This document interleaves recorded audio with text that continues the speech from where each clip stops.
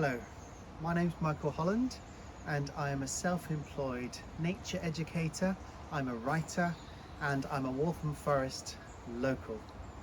And I just want to talk to you a little bit about my life, my inspirations, my passion for nature. I'm here in my little wildlife garden here in Hymes Park and answer a few questions that have been sent to me, as well as hopefully inspiring you to enjoy nature and the wonderful world of plants as well, which you probably are already. So, when I was about 8 years old, my parents bought for me this book.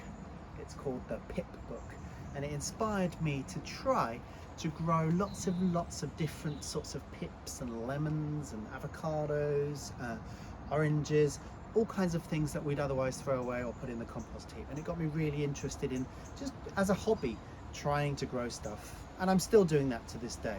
I'll show you some of those in a minute.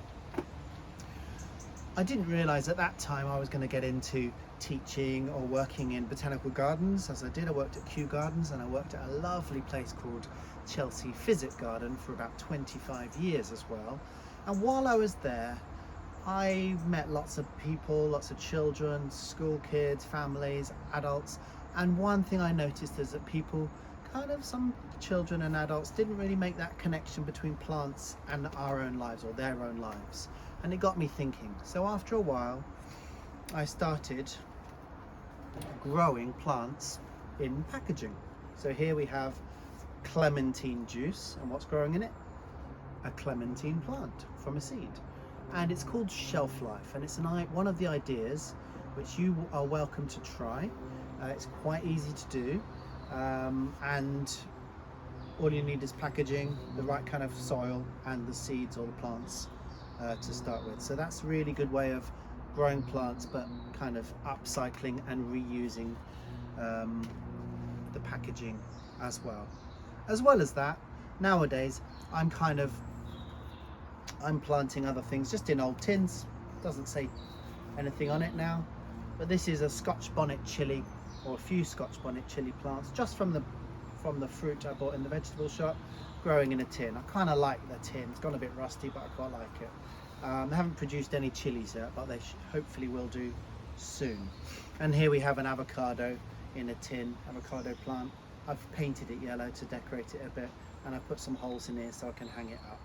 And it's a quite nice house plant. So there we are. That's a couple of ideas about kind of upcycling.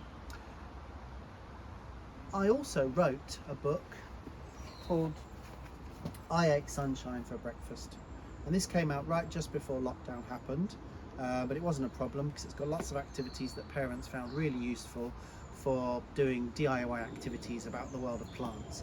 And my challenge to you really is, because this is a book all about how plants are important in our lives, your life, my life. My question to you is, how many plants have you used in the last 24 hours? If you think back from now to 24 hours ago, this time yesterday basically, how have plants helped you? Okay, so have a think about that. I mean, there's the food, there's our clothes, there's the oxygen you're breathing, and there's lots of other things. So have a think, there's loads more about that. And that's the amazing science we call ethnobotany, or cultural botany. Plants in our lives. Could be musical instruments, sporting equipment, could be the wheels of your bicycle or bus that you went to school in. So those are just a few ideas. That's a nice activity. Now, I've been sent a few questions from the Climate Action Club of South CoE Primary School, and I'm going to try and answer as many of them as possible. First of all, what is my favourite plant? Well, I think it's probably carnivorous plants like Venus flytrap and pitcher plants that can actually drink fly blood. Vampire plants, I think they're amazing. My favourite food, I reckon it's probably a ripe mango. I think that's pretty nice. Quite like bananas too. How much research did I do for my book? Well, a lot. It took me about 5 years to write, but I was working full-time at the time, and I did it all sitting on the Victoria line, pretty much all the way down to Victoria from Walthamstow Central and back again every day for 5 years on my way to work. And I did a lot of research and writing on the tube. My favourite part of the book, I only wrote it I didn't illustrate it. This has been illustrated by Philip Giordano, an excellent illustrator and artist. So I only did the writing. It took me about 5 years, as I said. It's aimed at 7 years plus. And someone's asked me, how do you make a book out of plants? Well, all books are made out of plants because they're made of wood, and wood comes from trees. This one has 2 trees. It's got a birch tree and pine trees in it, but it's also got inks made from linseed and soya beans in there. So there's 4 plants in there already. How can you make a book out of plants? Well, as I said, I like upcycling. This is some Amazon packaging, and here are some old envelopes, and I just cut them and folded them, and I've sewn them in to make my own little nature book.